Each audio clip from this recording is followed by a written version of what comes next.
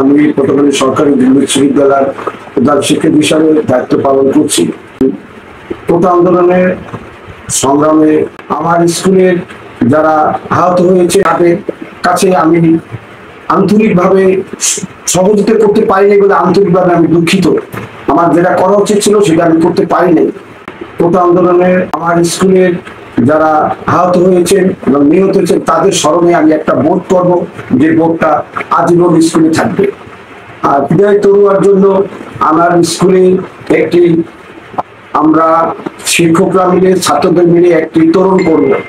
আর বিদায় তরুণের জন্য আমরা একটা ফান্ড করব, এই ফান্ডের টাকাটা তাদের পরিবারের কাছে হস্তান্তর করব। যে 8 দফা দাবি, এই দাবির সাথে আমি একমত এবং এই দাবি আমি অতি তাড়াতাড়ি বাস্তবায়ন করব। এবং এই দাবির ব্যাপারে আমাকে কেউ কিছু বলে নাই, কোনো চাপ নাই, কোনো কিছু নাই। এটা আমার প্রাণের দাবি। এই স্কুলটাকে সাজানোর জন্য এই দাবিগুলা আমি ওদের যে দাবিগুলো এর সাথে আমি একমত, আগে থেকে একমত। এবং এই দাবিগুলা যেন বাস্তবায়নের জন্য আমাকে কোনো কেউ কিছু বলে নাই। এবং আমার শিক্ষার্থীরা তারা দাবি যে দিয়েছে এই দাবিগুলি আমাদের পটুয়াখালী মানুষের দেখুক যে যোগ্য স্কুল একটা শৃঙ্খলার ভিতরে আসুক এবং স্কুল একটা নিয়মিত ভাবে স্কুল পরিচালনা হোক।